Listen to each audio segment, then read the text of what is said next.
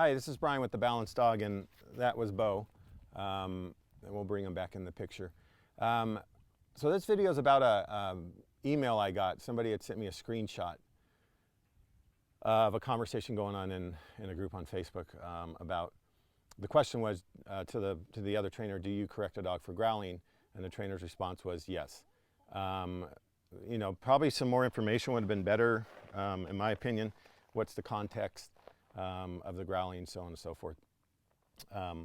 So a good example here with Beau is when I first brought him in with Juno, Juno would approach him and Beau would kind of go into a freeze mode. And he's not a really confident dog, but so he would almost be standing his ground and then he would air snap bare his teeth and then start to air snap.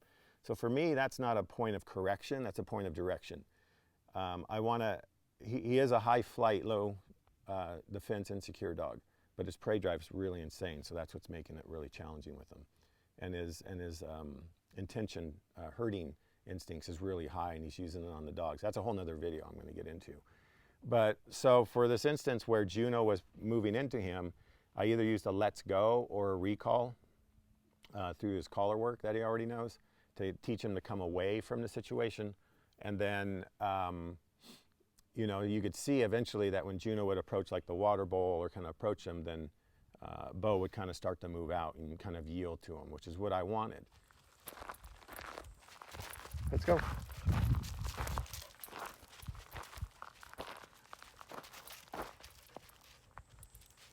Let's go. Right there, he's burying his teeth to let Juno know you know, he's uncomfortable with his approach. So for me, that's not it's ridiculous to punish him for that, you know. It just doesn't make any sense in my opinion. But what's going to help him the most is that when I see him baring his teeth, I'm asking him to let's go, or I'm recalling him out of the situation. He gets frozen. He tries to stand his ground. And to me, it's like, that's not a measure or an incident where I would be punitive. Now, you might hear me tell him leave it, but I've taught him leave it off of other things. But I'd rather teach him to come away from what's making him uneasy versus punishing him for what's making him uneasy. I mean, that makes complete sense to me, right? Because the more I can teach him to be comfortable in a situation where he can learn to remove himself instead of standing his ground and baring his teeth because Juno's becoming overwhelming, you know, that's going to benefit him down the road. So here is a perfect example. He's yield. I didn't tap him or do anything. He totally yielded to Juno when he came into the water bowls. Now Juno wants to play. He doesn't want to play with him, but see how he's pulled himself out of the situation. This is the first time I've done this with him. Let's go. Right there, he's baring his teeth and sticking his tongue out. Place. I can bring him out here, put him to place. Right now, if Juno comes over here, which he may very well find himself inclined to come over because he likes to share the place board with these dogs. So what I'm going to do is not hold Beau to his place command. So right here comes Juno. He's going to get nervous. Let's go. I'm going to ask him to come away from it. That's good. That's good. See, now he investigated Juno a little bit more. Instead of holding his ground, he investigated, smelled him, and then left. That is the goal. Oh, look what Beau found, a new retrieving bumper. The behavior kind of changed where I noticed that Beau was going up to Juno, standing his ground and baring his teeth, and Juno was just standing there. So for me, that's a leave it command. I don't need to kill the fly with the sledgehammer because I know if I keep working him in the social like that, he's going to get it. But the key thing is, if I was to come in there and just punish him heavily, either pick your tool of choice, whether it's a remote collar or a rolled up towel, I don't feel that's going to work for him. And even though if it works for him in this context with me, and he goes home, it's probably not going to work for the owners. It's going to have to be reestablished again, the correction with the owners in the picture. So for me, I rather try and build that up in a different way. So what I did is I built it up through direction first because I knew he was insecure when the dog approached him. And then when he was going in and kind of baring his teeth and standing his ground for no reason. That's a correction. That was just a simple leave it. And then once he pushed off the dog, then I would recall him back and send him to place and let him decompress. And so I have a new dog that came in, and so we're going to work him with that dog as well. Now, another behavior of his that was just full correction was when we were out on the long line and he started to get really energized, and that's where he gets himself in trouble.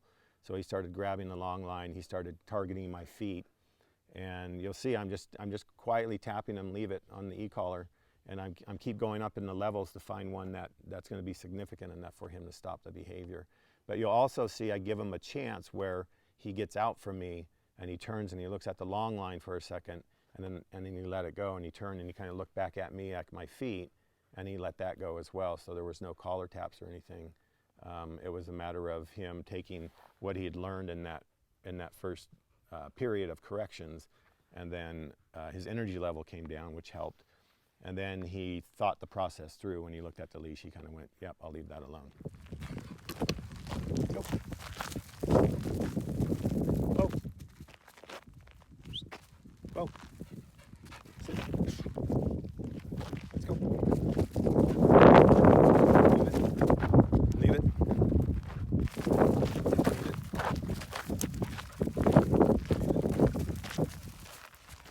Leave it. Leave it. This is kind of a new behavior. He's targeting my feet. Leave it.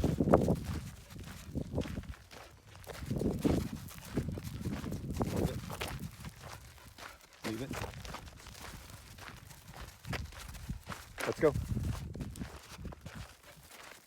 Let's go. This is all stems from excitement here. Leave it.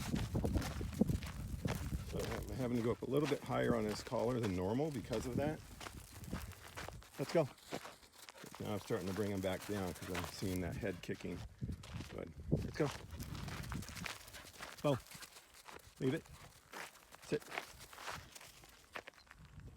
Let's go.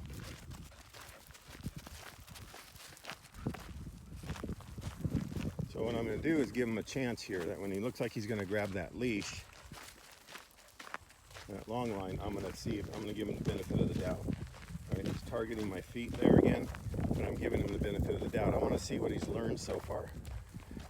And then we have to go back and reinforce it. Beau! Sit. Let's go. Anyway, so it's just always an important thing that, you know, if somebody asks you a question, how would you, correct a behavior? I often ask a lot more questions, and what I always tend to find is, the dog just needs to know something better. It doesn't need to be corrected firmer or harder or more often.